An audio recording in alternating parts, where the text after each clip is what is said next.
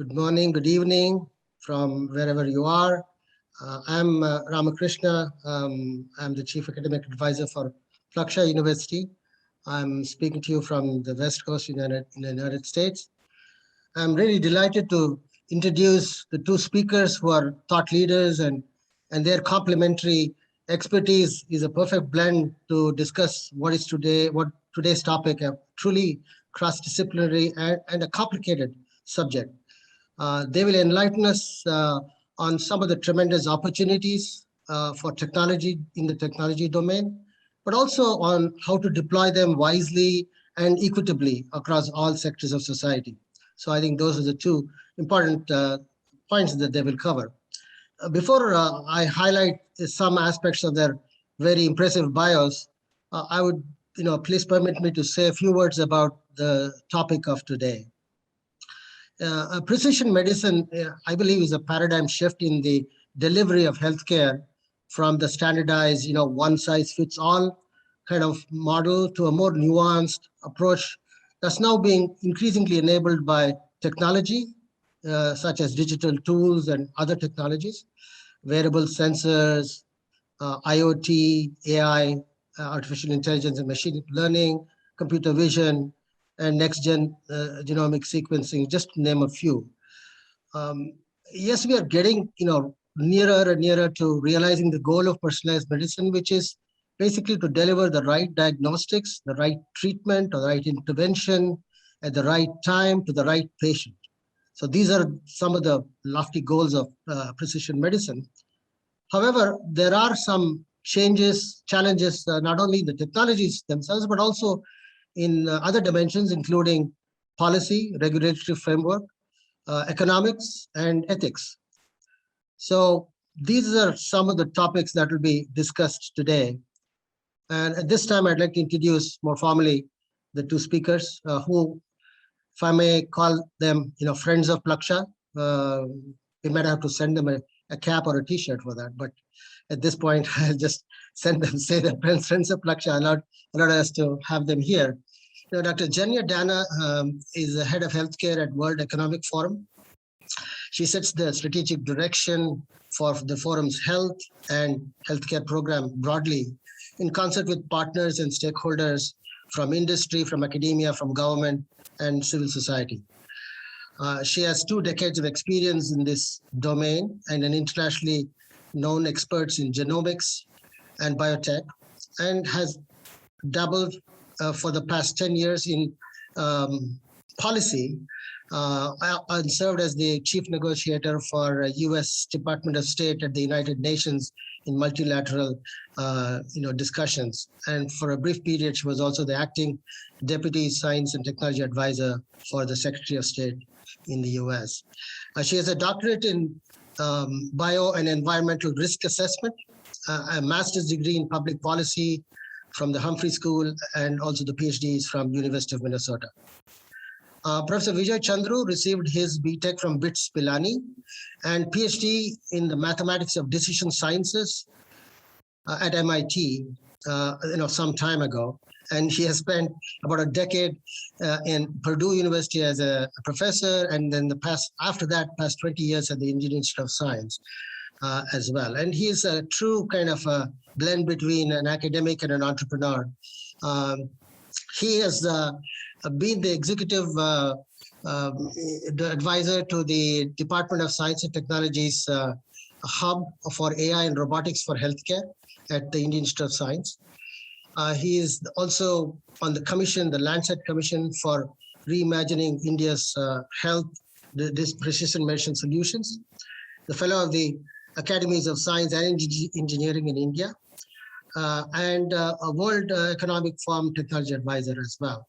And I believe he's very proud of the recipient of the Hari Om Trust Award of the University Grants Commission, which recognizes a person for serving both science and society.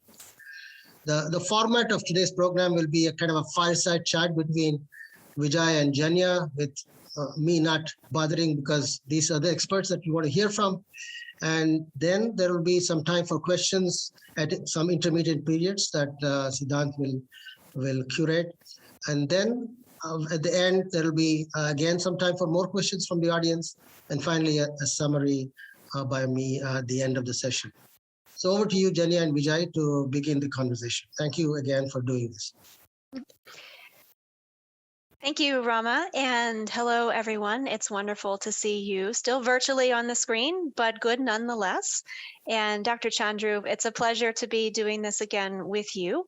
And I think as we settle in here for our fireside chat, I'd like to pose a question to you, given your breadth of experience and understanding at the intersections of bio and digital.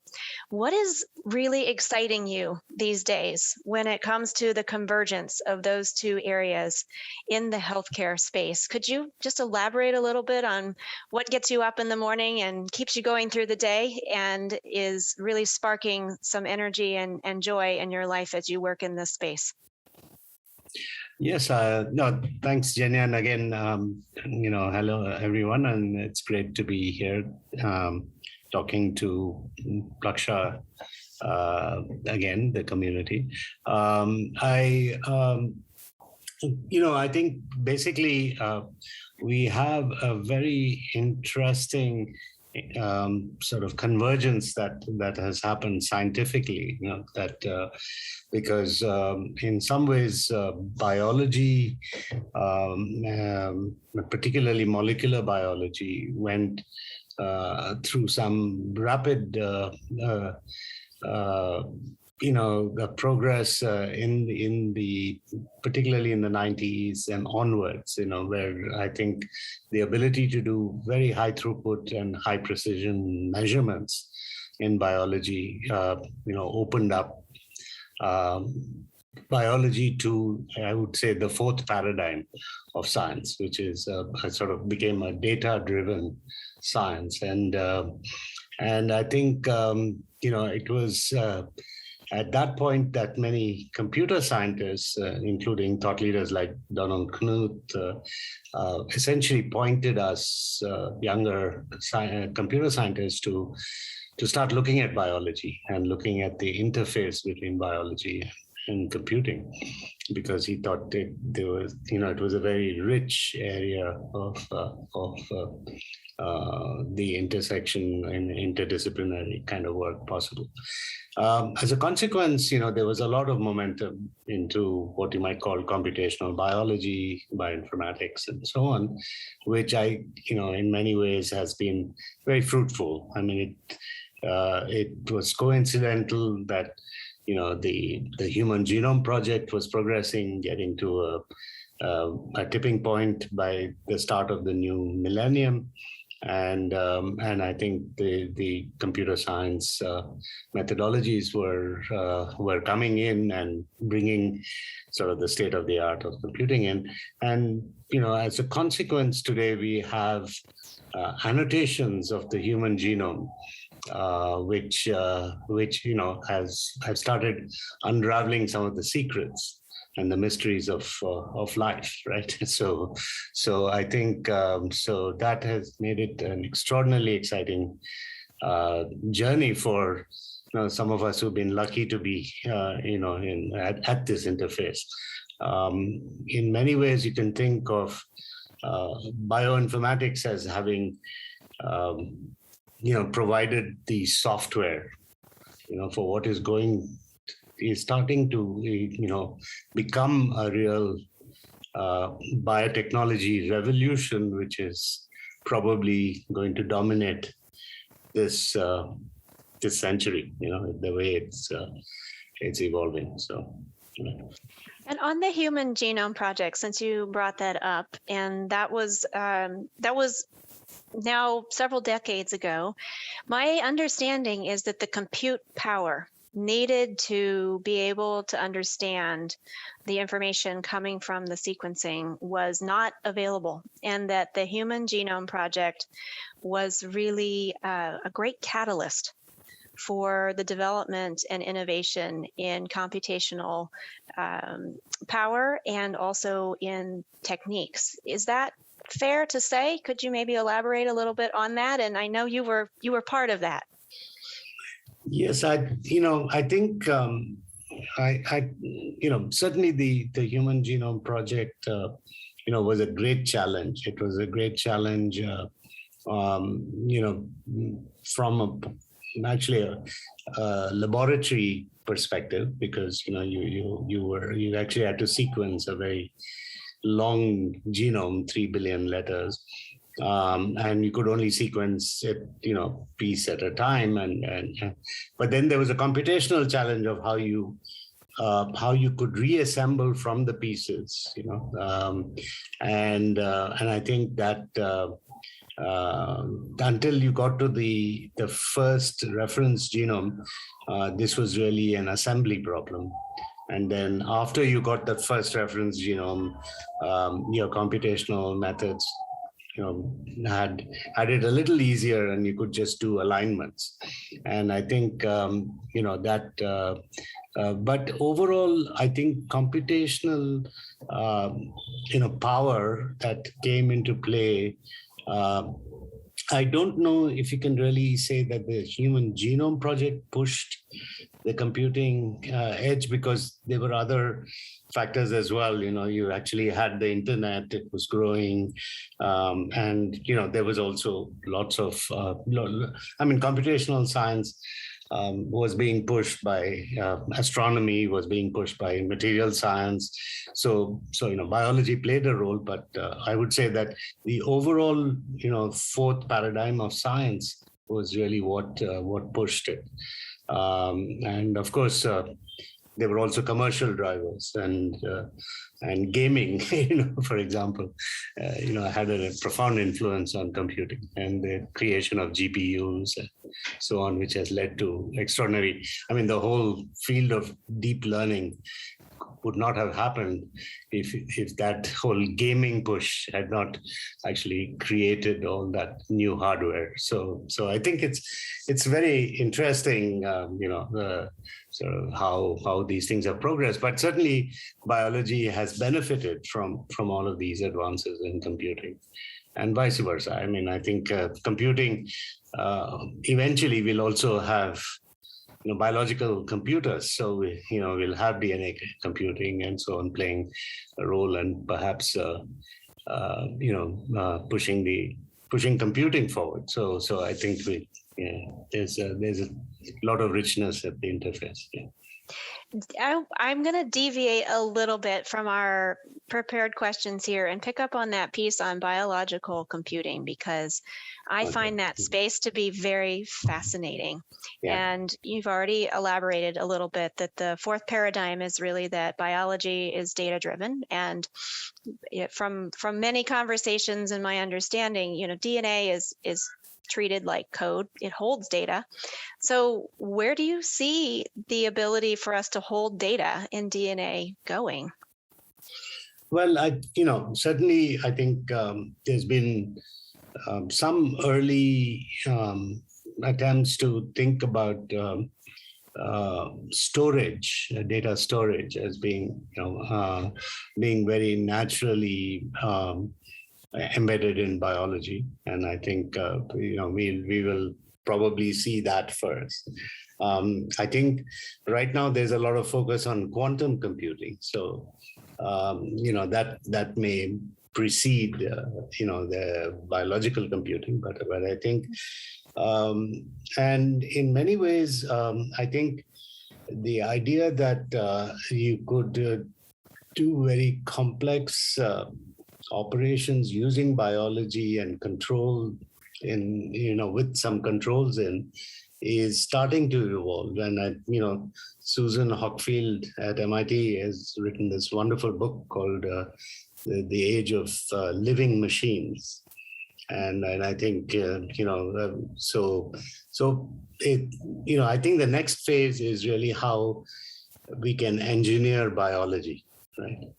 And that's going to be a fascinating next phase. And where that will lead with biological computing, I'm not sure, but certainly I think one thing is very clear, that data encoding in biology can be extremely compact, and that has great potential, I think, It'll be a while before we actually see it evolve. But I think theoretically it seems like a great possibility.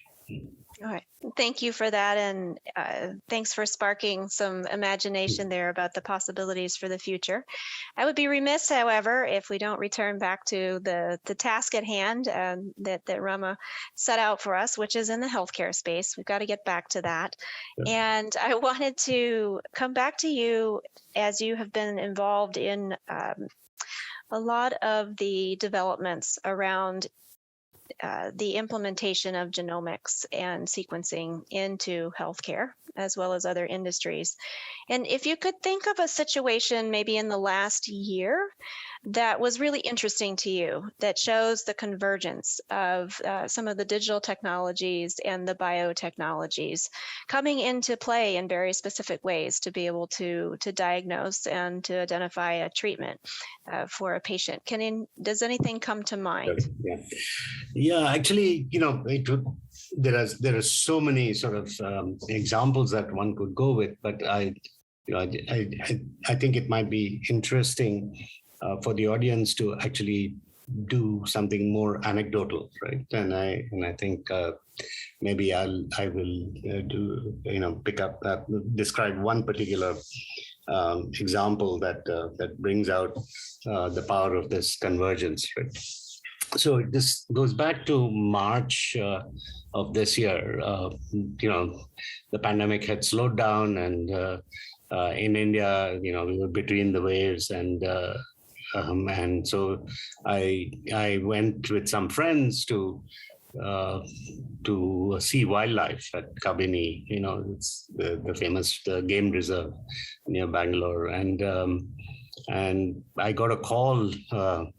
While on the last day that I was there, that a colleague had fallen seriously ill and had been admitted in the ICU, and it was a very odd situation. This colleague he was about 50. He's about 50 years old. He had a little bit of nausea and was not feeling up to the mark, but he was still working at night, and then in the morning, I think the family just let him sleep because he'd probably been up late in the night. And by about noon, he was not responding. So they took him to the hospital, and it turned out that he was in septic shock, and and he was in very bad state. I think his blood pressure was dropping. He was getting into multiple organ failure, and the doctors, of course, the ICU moved into action. Just assumed that there was a very severe infection of some kind, treated him both with antibiotics and with antivirals, did everything you do to resuscitate a person in that condition, and managed to stabilize him. And now this was actually, I think, a Tuesday, so he was, the doctors were giving us odds of maybe 20% chance of his surviving and recovering from this, and so it was a very difficult situation for the family and for all of us who had worked for almost 20 years with this colleague. And then the most complicated thing was we were not getting clear diagnosis of what might have set this off. How come he went into septic shock so rapidly, right? Normally with septic shock, you would have fevers and so on, run for days, and then the infection builds up, your cytokine storm, sets in and starts affecting your organs. But this was very rapid and it was very strange. And so we kept asking physicians, and we consulted with many physicians in this city who were leading lights and so on, but we were not getting any answers on what might have set this off, and so therefore how this should be treated, right? Of course they did the usual urine and blood cell cultures, and of course that took a week before you get the results back, and didn't actually tell us very much. But even before we got back the cell cultures, the whole Strand community who knew this colleague very well said, let's try to do something. So after getting consent, this was maybe the third or the fourth day, we took a blood sample and also had collected some control blood samples from his wife and also a few others, and then put it into a next-gen sequencer and just sequenced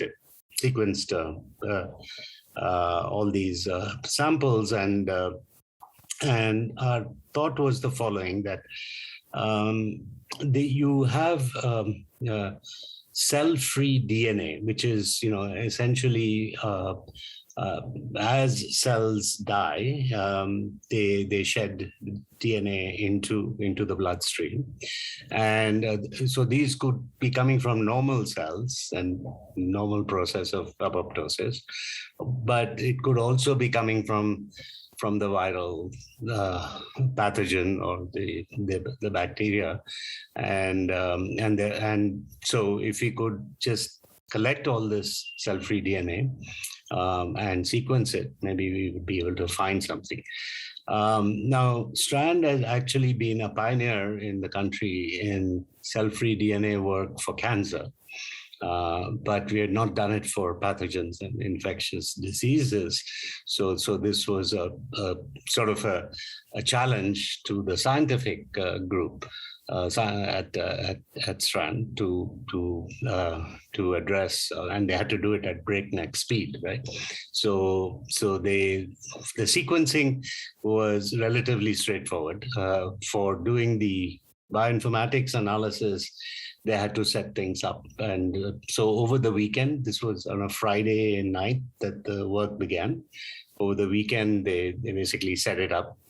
And by Monday at about 11 at night, they had the sequencing done and the analysis, the first level analysis done. And in order to look at the data, the team used a couple of off-the-shelf systems. Kraken and Centrifuge were the two, and then they were hoping that they would come up with pathogens that had caused the sepsis. And now usually you get tens of millions of fragments that you sequence. So this this particular experiment generated about 50 gigabytes of data, right? There were about 42 million fragments that we found in these samples, and now we discarded the longer fragments because those are unlikely to come from pathogens, and so we stuck to the smaller pathogens, and then used these packages, Kraken and Centrifuge, to see if there were any of these pathogens there. Now that didn't actually give us any result, which was really disappointing. And I think there was also a sense that the microbial fragments constituted only 0.005%, right? We would expect 0.05%. So it was off by a factor. And that we thought was perhaps because the sample had been collected 3 or 4 days after treatment had begun. So maybe there was less traces of the pathogens. But so it was, a situation where we were willing to throw in the towel, and then the bioinformaticians and the computer scientists in the company said, no, the problem is we are using a package that we don't know what is in the package. These off-the-shelf packages. So let's do it over again and do it ourselves. So Strand has built its own NGS software, so it really understands how NGS analysis is to be done. Mm-hmm. And we also decided to reassemble the genomes of the pathogens, about 304 well-known pathogens that cause sepsis. And so this was done. And by Wednesday night, we were ready to rerun the analysis with all this reworking of the data and informatics. And when we reran it, we found 4 fragments, right? And it was very clear. It was very distinct. It was from the patient, and it was not present in the other samples. And these 4 fragments gave us a signal of something called Salmonella typherium. It's a non typhoid causing variant of Salmonella, and it normally comes with food poisoning, and normally a healthy person is able to get over it pretty quickly. So your own immune system should be able to knock it off. You'd have some nausea and so on, but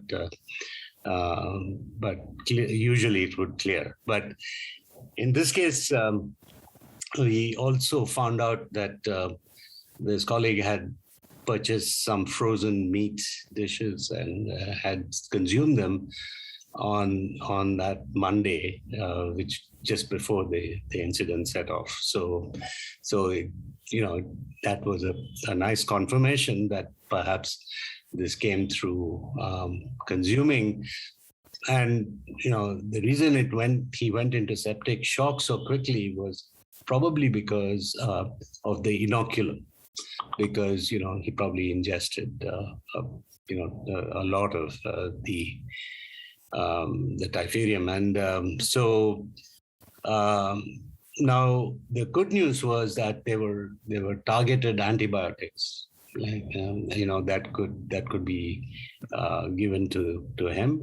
And in fact, one of the antibiotics that they had given him in the sort of broad spectrum treatment when he first came to the ICU was a targeted therapy that would have worked, but they didn't know. So they they moved on from that antibiotic. So we got him back onto that, and he recovered. And the poor chap had to also continue some dialysis because of the damage, but and because while getting the dialysis done, he got COVID. Oh So okay. it just but fortunately all of those things were solved, and he's back at work, and still, and he's in. The amazing thing is that he can look back and say that the software that he wrote has somehow been that he has pulled him back from the brink, right? Because I think it was so. Dr. Chandru, we have a question that came in that actually makes me want to ask you in response to this story. Not everybody can have access to the highest level experts at Strand to help them sort out why they've ended up in the hospital and what's the right treatment. So I know you have. So how do we see the adoption of digital technologies actually enabling access and affordable treatments here? So we are actually trying to see whether this can be developed into a regular service, right, for ICUs, and at this point it looks like this can be actually packaged into a price point which seems high, but could still be, it could make sense. I think around 20,000 rupees, you should be able to provide this as a diagnostic service. Now it's a lot more expensive than doing cell cultures, but it's now remember, one extra night in the ICU is typically a lakh of rupees. So 20,000 seems like a reasonable amount to pay for getting to a quick diagnosis. Now, what took us about 5 days to solve, I think now can be compressed into 24 hours to 36 hours. I'm just going to take a parallel to this to explain how this can happen. In the US, in neonatal ICUs, there's a group at Rady's in San Diego that developed a similar methodology where they could do whole genome sequencing of infants who were in distress. In the NICU. Right? Yep. And then they have now compressed the service to under 24 hours. They can even do it in about 16 hours, right? So you do the sequencing. Of course, they have the power of Illumina right there. So Illumina can do the sequencing for them, and then they can run the analysis and give the results to the NICU, the neonatal ICU physicians to go forward with treatment.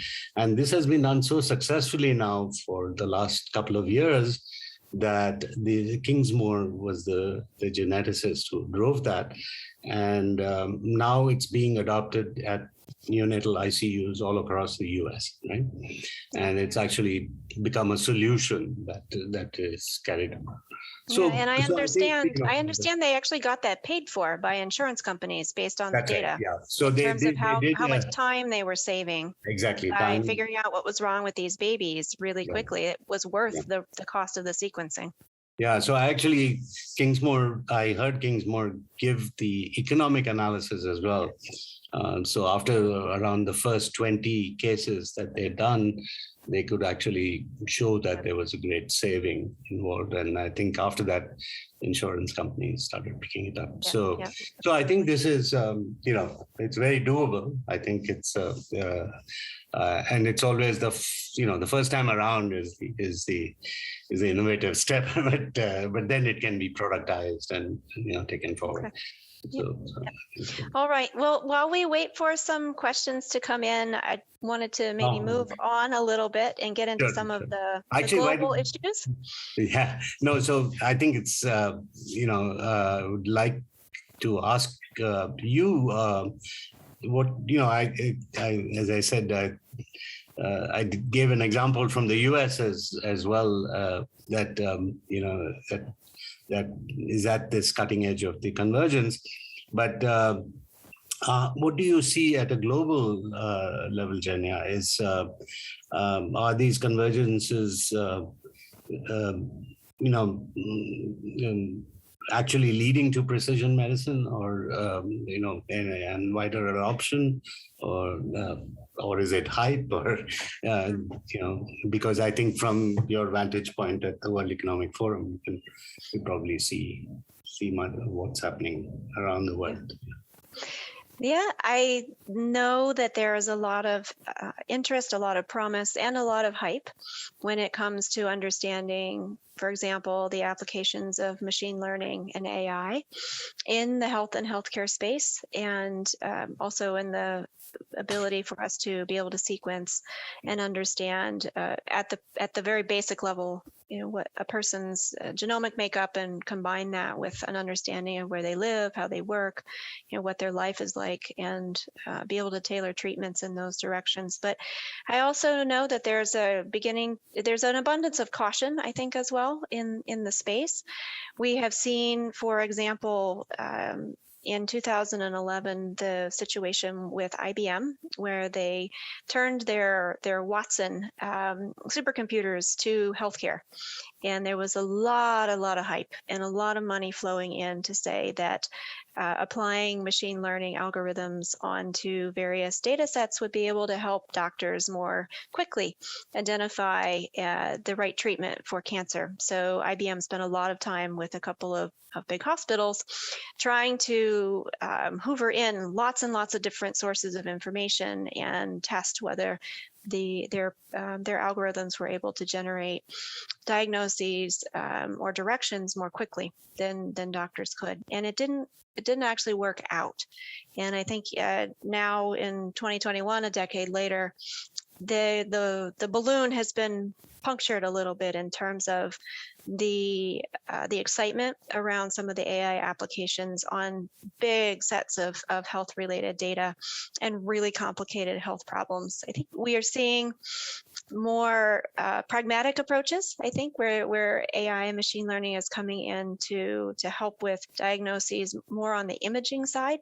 So a lot of the radiology questions, and this is a space where I think they've kind of slowed down a little bit and said, all right, how do we work better with doctors to understand where the intersections of AI and machine learning can be really useful in health and healthcare, and maybe brought the hype down a little bit based on some of the lessons learned with the exuberance over AI with Watson. So we know that there's a lot happening in the AI and health convergence space around drug discovery about trying to leverage these huge data sets to be able to do predictive analytics, and then also just, I think, routine situations where they're just trying to straighten out and streamline billing processes, for example. So I would say, yep, it's happening there, and the application spaces are, I think, very optimistic on a global level. On the genomic side, things get a little bit more hairy, and that is where we've seen genetic testing and prenatal screening kind of jump into the headlines recently with the understanding that the Beijing Genome Institute in China, which has admittedly probably the world's largest repository of genomic information on humans and other organisms, there were reports that some of their prenatal testing kits were generating data that was informing some studies by the Chinese military. And so people got really nervous about that. But genetic testing, genetic screening, and again, as you brought up the sequencing example from the NICUs, it's moving into the space, particularly as the cost of sequencing comes down and data analytics get better. So I think we're moving there at the global level. What sort of policy and societal issues do you see as challenges that could be perhaps holding back the progress with precision medicine? I think we all thought, with President Obama's initiative, which now is called All of Us, that we will be seeing this rollout a lot faster. But there are obviously some challenges. Yeah, I think if we go back to that example that just recently was in the news around where do the genomic data that are coming from some of these screening kits go, that has always been a big question on the mind of policymakers, and has been, I would say, a forcing factor in some of the policy changes that we've seen around the protection of data, especially very sensitive categories of data like health data and then genomic data. So I understand anyway from talking with colleagues that when the situation emerged with the genetic testing kits that was looking for genes linked to Down syndrome and a number of other conditions, I think over 8 million women in the world had taken these tests developed by the Beijing Genome Institute, that regulators started to ask some questions about the data and where those data are going, where are they stored, how are they disposed of, and what are the protections around them. That is one of the bigger challenges, I would say, when it comes to the operationalizing of precision medicine. In some situations where you are taking that kind of genomic information that could be used to identify people or families, and also pinpoint certain characteristics that might lead them to be discriminated against. Those data questions really sort of underpin and cause pause when it comes to some of these precision medicine and health applications. So I know that that's probably one of the bigger policy questions out there, is how to handle this data. So and Dr. Chandru, do we have time to take some questions? Can we put a pause in here? I see a couple hands here, and maybe there will be more. Do you mind? No, I think that's perfect. Yeah, let's open it up for some. All right. I see a couple hands, Sadan. Will you help us here? So, Mitali, if you'd like to go first, please, with your question. Yeah. Thank you, Siddhant, and excellent insights shared by both of you, Dr. Jenya and Professor Chandru. So my question would be, maybe I'll break it up in two. So I also feel that sequences as diagnostic kind of tool is an excellent thought that should be taken forward. But the challenge will be, how do you bring down the cost and create accessibility? So in the similar context, I think this was responded to. In a similar context, I also heard from Professor Chandru about cancer as a biomarker. You did look at the cell-free DNA approach. So just wondering, how was your experience with that, and how do you see that growing? Because indeed, cancer still remains a huge challenge with all of us, and especially in our country, in terms of early diagnosis and more precision treatment for cancer. So that is the first part. And the second is that excitement all of us have working or looking into this area on the launch of the digital health ID in our country, which will integrate the electronic health records with the ID. So how do you see this development taking us forward in realizing some of the potentials of digital health, which can change the healthcare system in our country? Yeah. So I'm going to go in reverse order. I'm going to go in reverse order. Sorry about that. I think on the digital National Digital Health Mission, and the Prime Minister's announcements yesterday, I think, and this connects with also a little bit with what Jenya was talking about. I think so. The whole issue of privacy of data, health data, and so on. So I mean, I think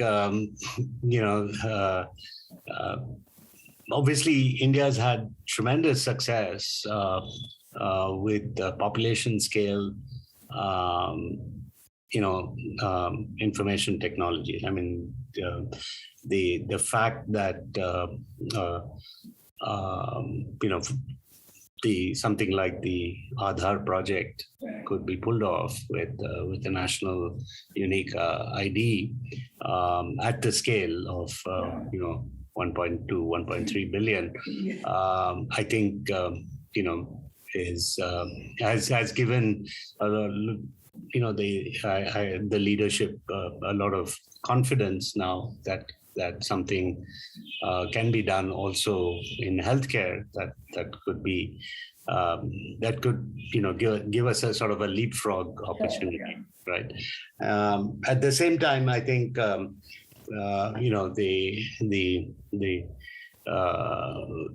in some sense, we have to build things from scratch, right? The electronic health records and digital lockers, so that there is some control. The legal positions are very clear that this data really belongs to the individual, to the patient, to the citizen. And therefore, the framework that is being developed under the Ayushman Bharat scheme and the National Digital Health Mission is, sort of paying attention to that. I think it will.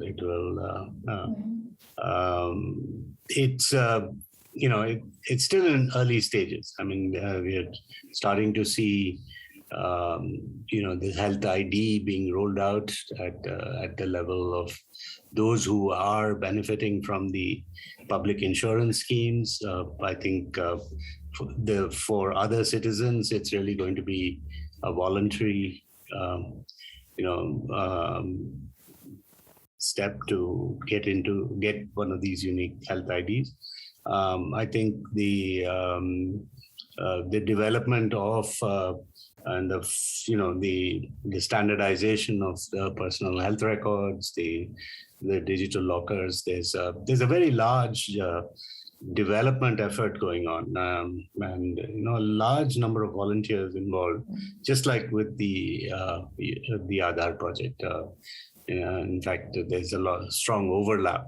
The iSpirit groups and so on, which are involved in the development. So I think there is, and we have some challenges yet. I think the formal data protection bill hasn't come through Parliament yet, and the whole treatment of non-personal data is there's a governance report that the Chris Gopalakrishnan committee has put together, but it's these are all still guidelines. They haven't actually been formalized. So there are some challenges, and I think if you don't address them we will get slowed down. But otherwise, technologically, I think we're in a position where this can be rolled out, very effectively in the next few years. I mean, it's not going to happen overnight, but it's going to. It's within reach, I think, is what I would like to convey.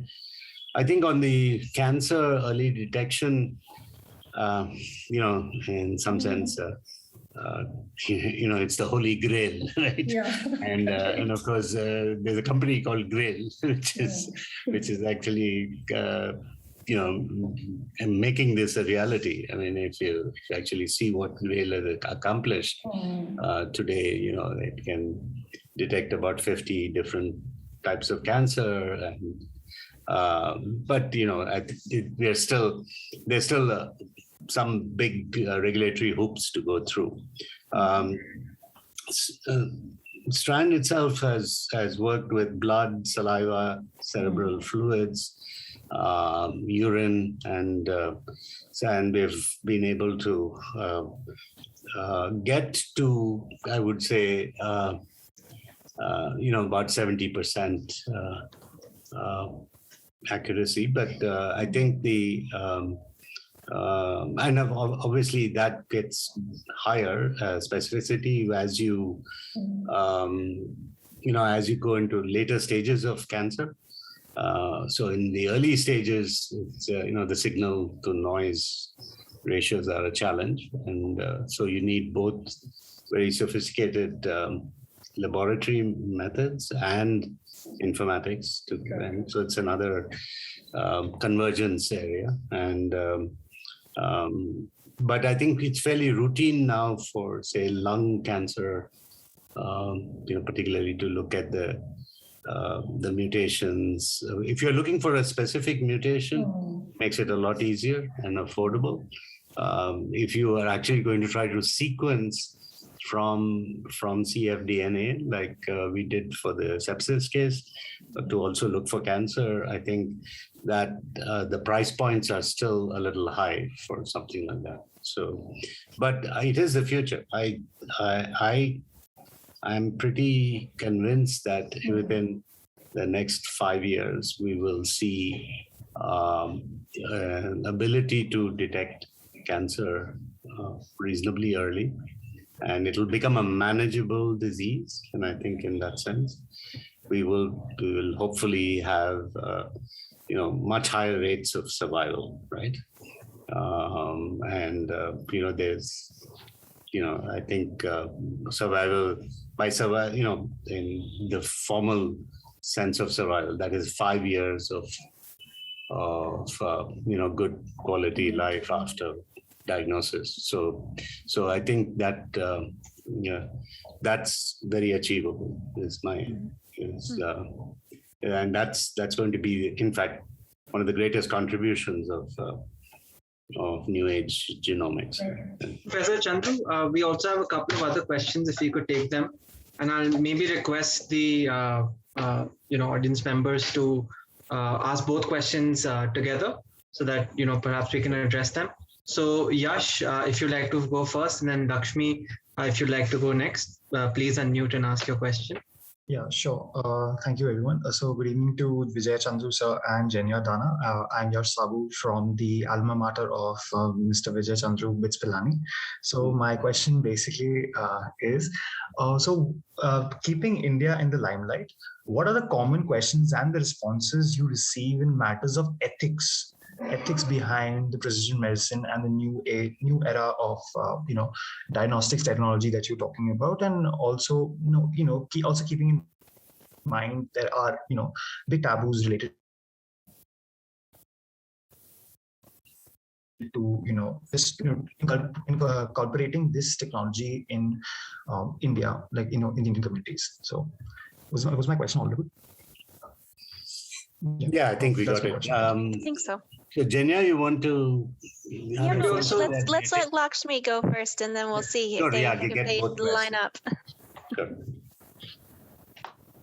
Hello, good evening, Dr. Jenya and Professor Chandru. So I was working with GE as an ultrasound application specialist. So I was more interested in the application of AI into image processing. So my question here is that what is the kind of progression of digital technology that you see in radiology in the upcoming years? Because we are aware of robotic surgeries and bionic eyes and stuff like that. So I just wanted to understand what is the next step that AI will bring in terms of in the field of radiology. Okay. Dr. Chandru, on the radiology one, I'm going to say that my understanding is not very deep, but my understanding is that this is probably one of the more practical spaces that we see, and also a way where machine learning and AI is being able to demonstrate its ability to help with shortages in workforces, and also the ability to streamline diagnostic times and be able to help with patient populations that may not be able to get access to a sophisticated health center. So from my understanding and read of the landscape, this is one of those bright spots, really, I think, in practical applications of AI and machine learning in the healthcare space. What would be your opinion on that? And then we'll go back to these ethical questions. Yeah. No, you're absolutely right. I think it's already been in play for some time now, both in radiology and now increasingly in pathology as well. And now a fully automated call out is probably not quite there yet, but it's for certain features it can it's very high reliability. So finally the pathologist or the radiologist who signs off pretty much doesn't have to make too many changes. Right? There may be occasional examples for which they have to spend more time on it, but otherwise it comes through pretty fast. So, for example, in digital pathology at Strand, we were in a position where we were doing about 300 samples a day on an automated platform, and were able to generate reports. So this was for the HCG corporate hospital group.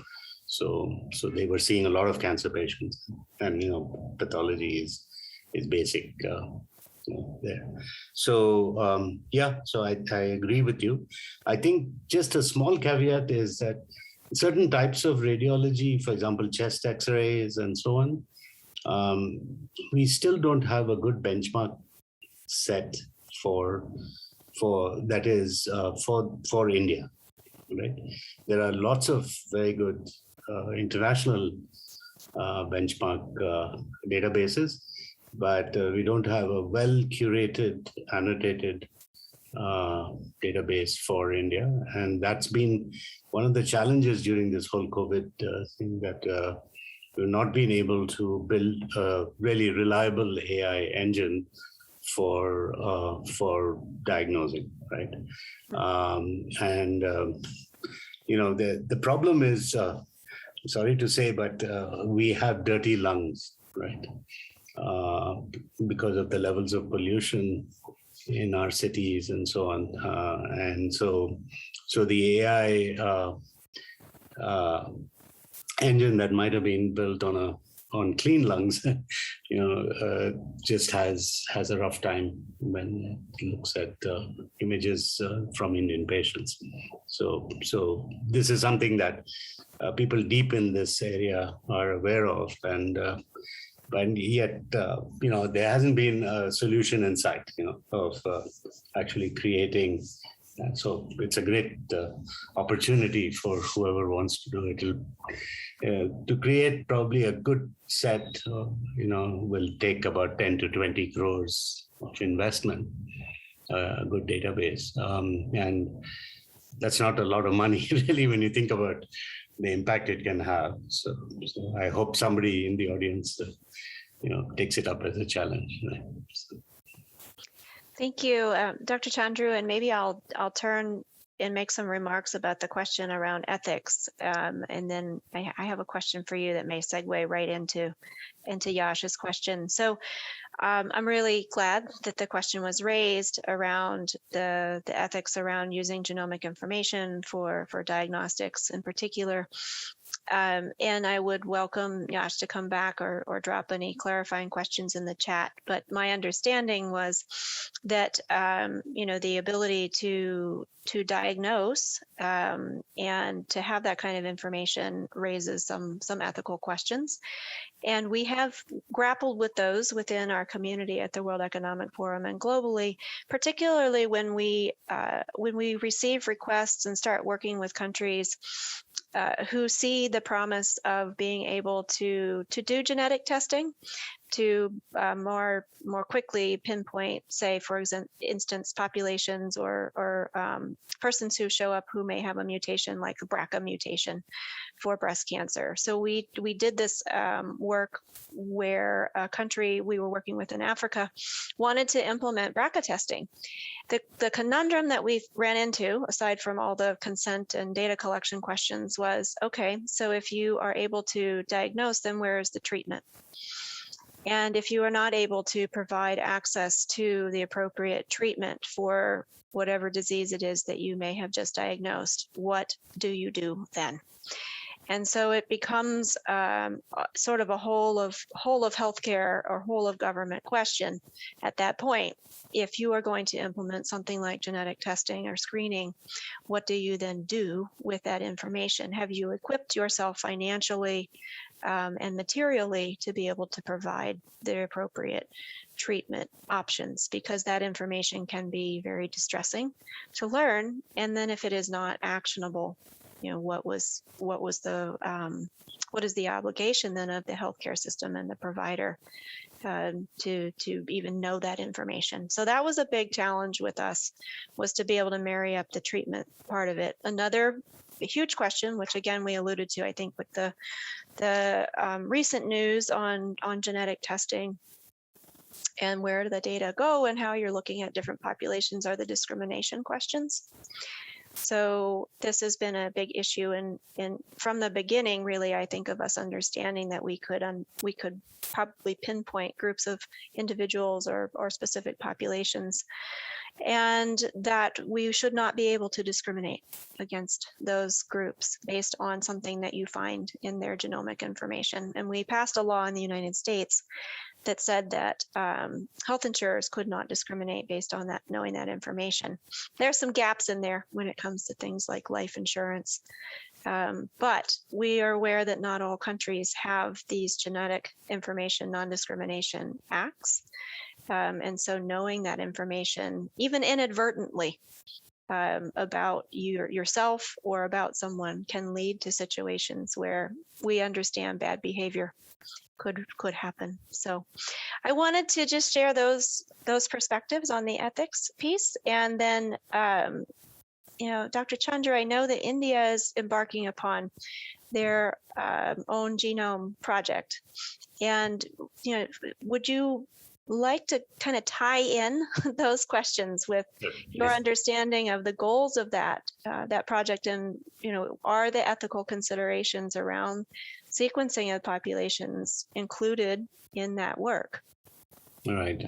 So first, let me thank you. I think that's a nice segue into the on the ethics and the particular problem of genomic information and discrimination. India is unfortunately one of those countries that does not have a Genomic Information Non-Discrimination Act. And in fact, if you look at our insurance regulatory guidelines, the IRDA guidelines, there is a specific mention of,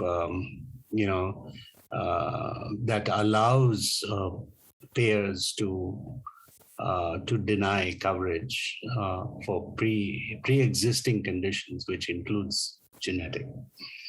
So there's actually a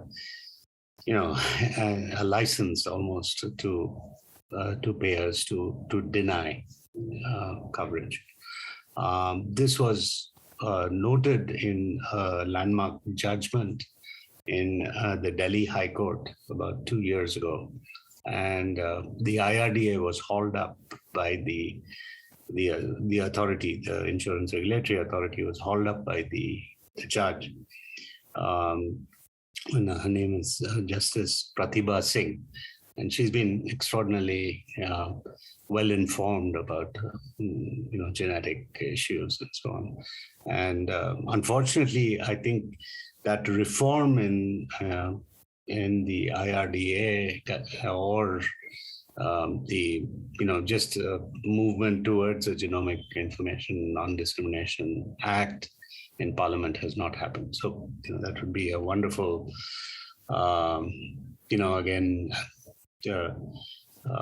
project to work on to correct this huge inequity in our laws. That said, I think there's certainly a lot of push towards building capacity to do genomics in the country, the India Genome projects, and the idea that there would be kind of a national mission now that would push understanding our diversity and genomics better. Certainly, from a research point of view, there's a lot of excitement, and I think there's a lot of capacity building. Some of our big institutions that, some institutions that are really well equipped now are places like IGIB in Delhi, the CCMB, the Center for Cellular Molecular Biology at Hyderabad. And so these are all CSIR institutions, and then you have places like Indian Institute of Science and so on. So there are a bunch of NovaSeqs, which are very high throughput sequencing platforms spread around the country. Some of the medical institutions like AIIMS in Delhi, of course, also have these platforms. There's widespread, deployment of sequencing technologies, and so I think there's going to be a lot of momentum. in research projects. I think where how this enters into sort of clinical use will depend on how well our physicians, take it up. The challenge that we faced as a company providing genomic diagnostics has been that there's a again the question you raised, Jenya, that if it's not clear how this affects treatment and how you would modulate treatment, for example, with BRCA, the breast cancer mutations, if there's a patient who's already diagnosed with breast or ovarian cancer and they have the BRCA mutations, actually treatment can change. You would actually introduce things like PARP inhibitors and so on.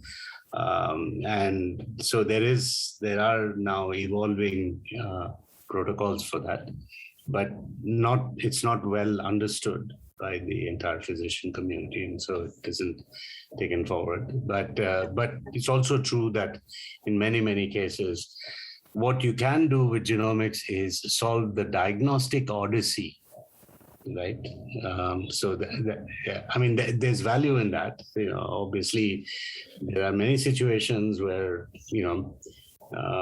people have an ailment or obviously have symptoms of something serious, but they really don't know what is causing it, and then you're able to identify what exactly might have caused it through the genomic analysis.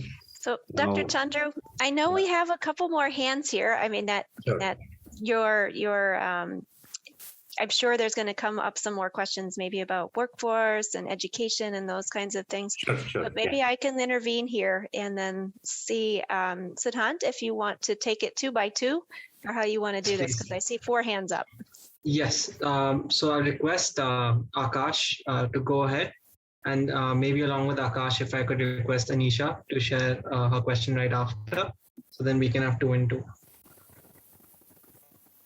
Akash, if you're there, please feel free to go ahead and ask your question.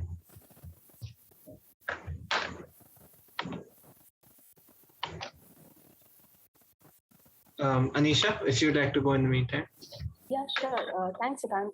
Also, thank you, Dr. Jenya and Dr. Chandru, for taking the time and speaking with us.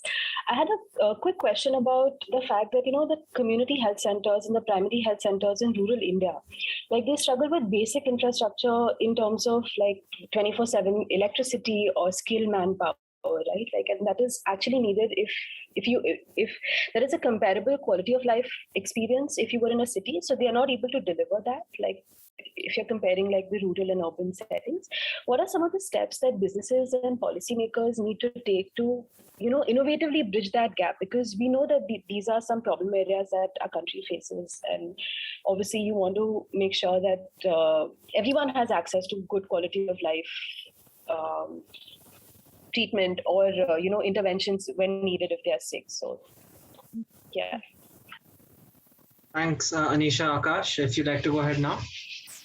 Hi, thank you, Siddhant. So I have a related question. So I had some personal experience during the COVID where there were some situations in the rural. I was in a rural area, so I had a personal experience where there was some medical emergency. So my question to the panel is, how can we bridge the gap between the quality of care that we deliver to the rural areas and the quality of healthcare that we deliver to the urban areas?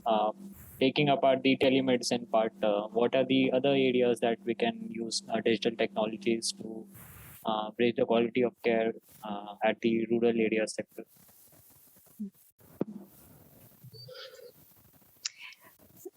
Okay.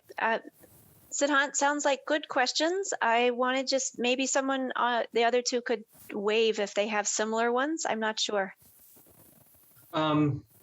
So Rishi, I think he has a slightly different one. So Rishi, if you'd like to go ahead and ask your question. Yes. Thank you very much, Chair, and good morning to Dr. Rana and good evening, sir, to Dr. Chandru. The question is, you talk about machine learning in AI and genetics. how do you apply both of these to psychiatry and mental health issues? And Oh. do not think how would it, for example, address cases like autism, which are essentially genetic? But if you do have a profile both of genetics and machine and through AI of psychiatric patients, couldn't this increase discrimination, which psychiatric patients of all hues already face? Thank you. Oh, okay. That's a tough one. So we have one more question from Simran. So she also share it right now, and then let's go ahead, and then we'll close that down in terms of so questions. I have two questions. So one was related to what everyone was asking, how the workforce could be managed in a way that this information is more useful and more beneficial in terms of treatment. And other, if you could suggest some readings related to how precision healthcare has evolved over years and how we can learn from history over that. So maybe that would be helpful for us. Okay. I know the readings question could be addressed by collecting a few of Dr. Chandru's favorite books. Maybe we can do that one offline and get those back to you. The other two, Dr. Chandru, do you want to take the sort of India healthcare setup and gaps in care and access? Right. Very important question. And, it's, as was mentioned in the introduction, I am a technology sort of co-chair for the Lancet Commission, in which we are actually looking at what it would take to get to universal healthcare by 2030. That's in fact the vision that we're working towards. Now, obviously, most of our discussion today around precision medicine, genomics, and so on, doesn't quite address that challenge. So legitimate that you raised the question of how does technology help address primary healthcare and universal healthcare and so forth. And I think there are again, how can technology help elevate healthcare in the country is really the question. And there's obviously a number of things that can happen, but one thing to really leverage here is the fact that we do have an fairly strong communications infrastructure in this country, right? The ability to reach with mobile is pretty impressive. How do we leverage that? Now, obviously, we can reach people, through the mobile technology in a digital sense, but then in actual care, how do we provide care? And I think the answers are probably that we'll have to actually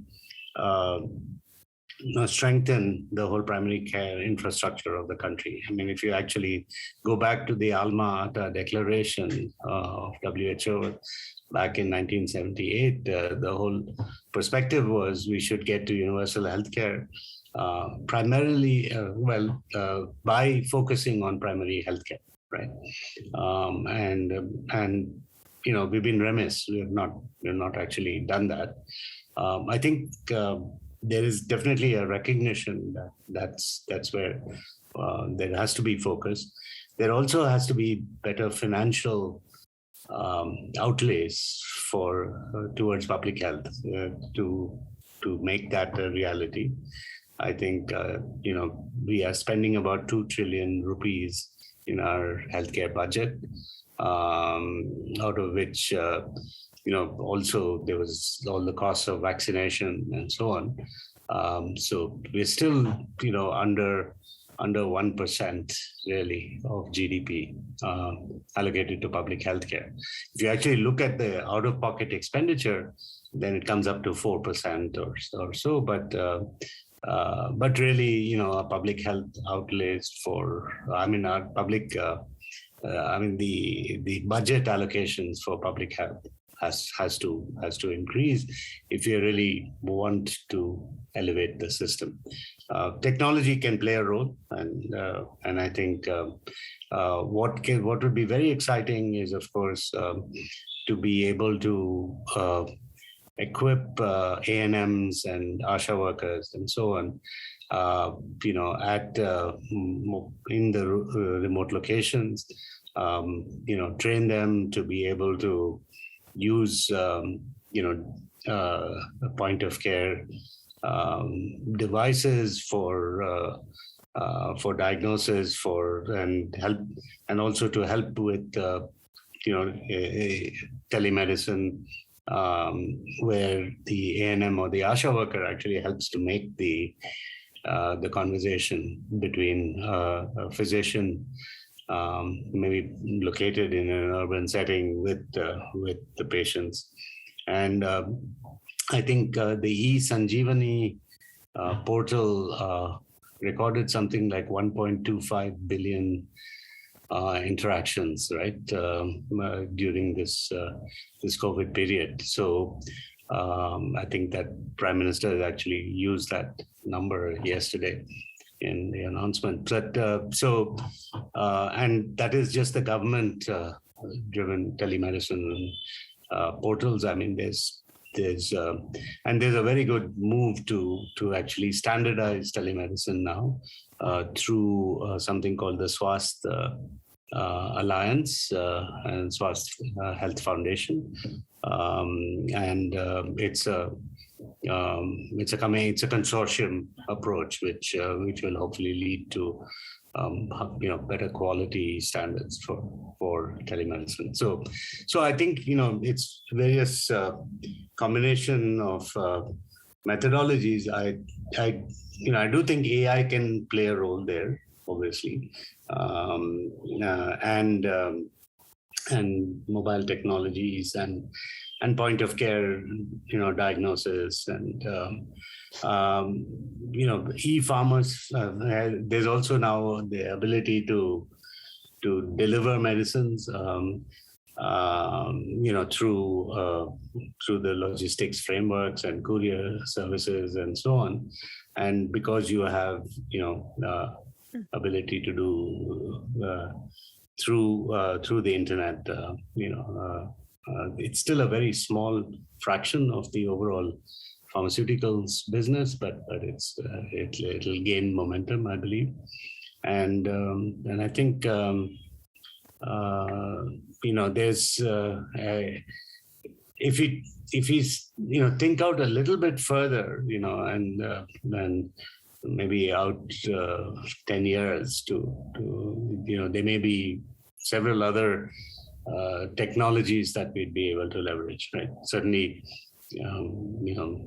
things like drones and so on, which would seem a little far-fetched today, could play a very significant role in connecting the unconnected, right? And I think we're running a Moonshots theme workshop on Saturday, on Gandhi Jayanti Day, to actually talk about some of this, how autonomous vehicles and drone technologies and so on can play a role in healthcare in years to come. But that's so I think there's no easy answers, I think, for something as big as universal healthcare. I think genomics and so on will play a role in we'll probably have CRISPR-based point of care diagnostics, for example, that would be for detection of various mutations and biomarkers which can help. That. So we didn't get into gene editing and so on in our discussion today. We didn't yet, Dr. Chandru, but I do recognize too that we have this question about mental health and mental disorders and the intersection around AI, machine learning, and some of the genomic understanding of some of the mental health conditions. And this is I would say, a very exciting but young space in terms of understanding the genomics around different mental health disorders. And I have often been very, very cautious in this space around where there's a lot of research happening. And we know that the treatments that are in commonplace now are, it's a lot of trial and error.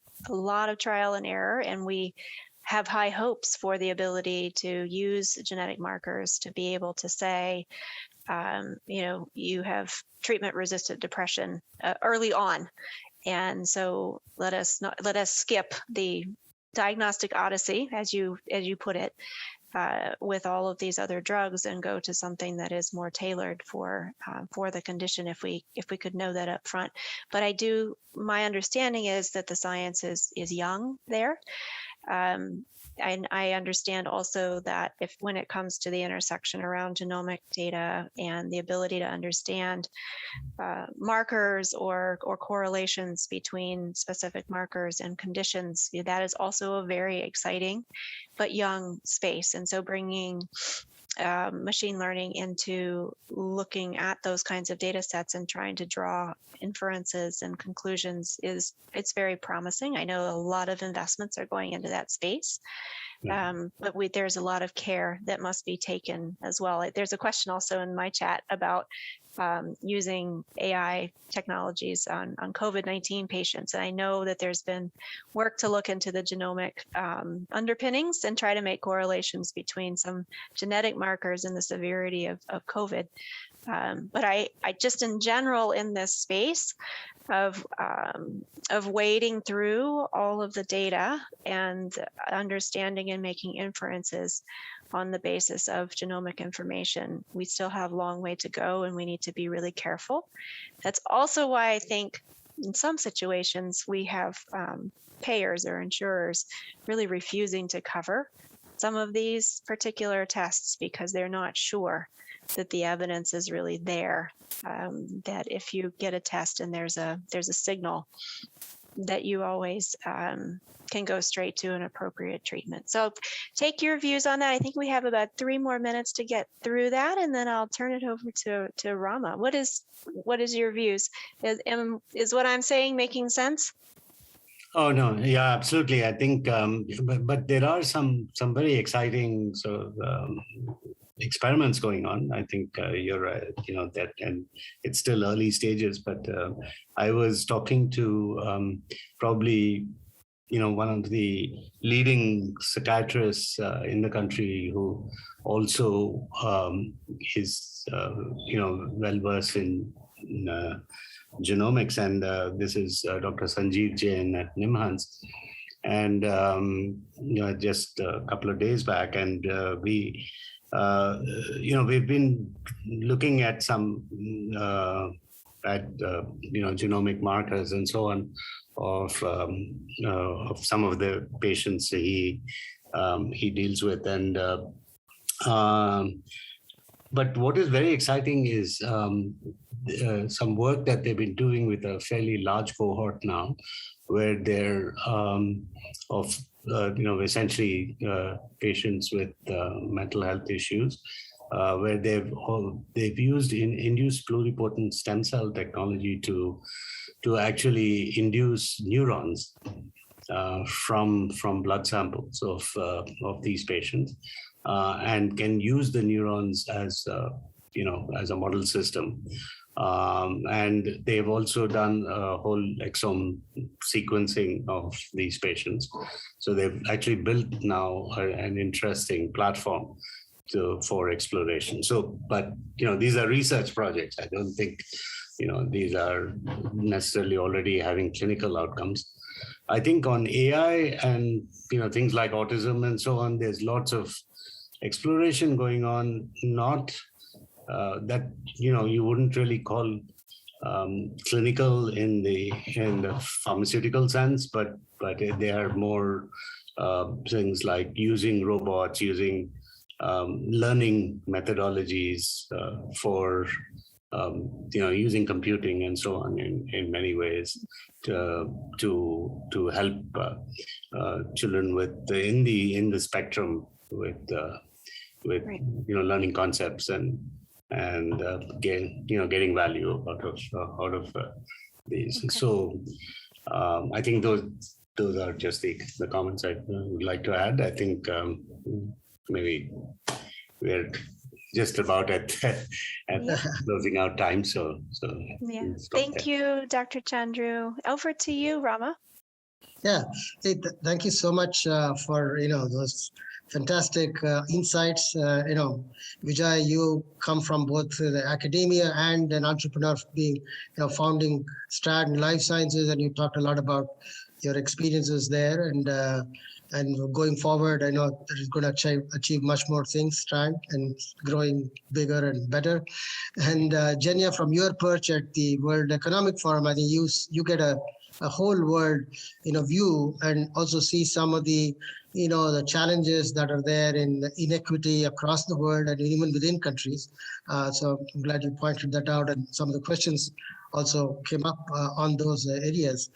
And to the audience, I'm particularly delighted that all of you joined us in this part of the Tech Thought series that we at Plaksha are organizing, co-organizing, co-delivering, designing with the Carnegie Institution Endowment for International Peace, the India chapter, and this is the fourth of the series, and there is two more that we are going to be doing, in one on humans and robots coming up on October 12th. So please look at that coming up.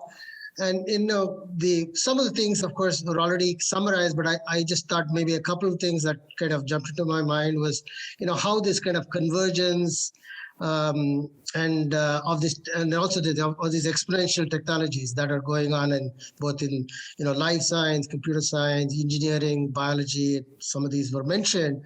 How this kind of really leading to the 21st century as perhaps the century of bioengineering or engineering biology, data-driven approaches to human health, and more broadly even planetary health that we didn't talk about today. But there's a lot of intersections between human and planetary health, as we even from COVID we know that as an example. And the other, I would say, the takeaway that Janya particularly stressed on is this kind of a need for upstream thinking about policy, ethics, etc. when developing and deploying technologies. I think and various tools, and I think that's very important. And that I think some of the education institutions would have to really take up as the challenge. And at Plaksha, we certainly see it as a great opportunity in educating the next generation of computer scientists and engineers with this perspective in mind as well. So, thank you again for sharing this. And I know that it has been early for some of you in the West to attend this, but it certainly is a great opportunity to bring experts like this and the same platform. And I guess we'll see more of these in the future in educating and inspiring our audiences both in India and around the world. And thank you again, Vijay and Janya, for doing this. Really deeply appreciate your time and Thank you. effort. Thank you. Thank you, everyone. Thank you, Bye. Jenya. Thank you.